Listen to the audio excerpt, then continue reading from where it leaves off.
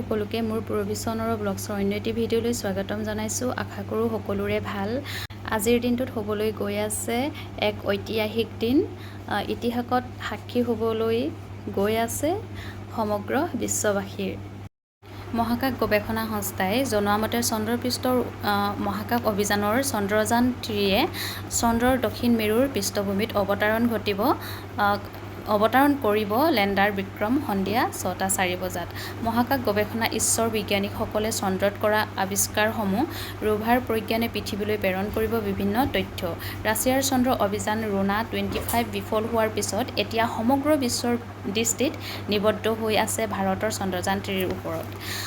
সন্ধিয়া 6:04 বজাত অৱতৰণ ঘটিব। এই দৃশ্য যাতে সকলোৱে প্ৰাৰ্থনা কৰিব আমাৰ ভাৰতে লঞ্চ কৰা এই অভিযান যাতে ছাকচেছফুল হয়।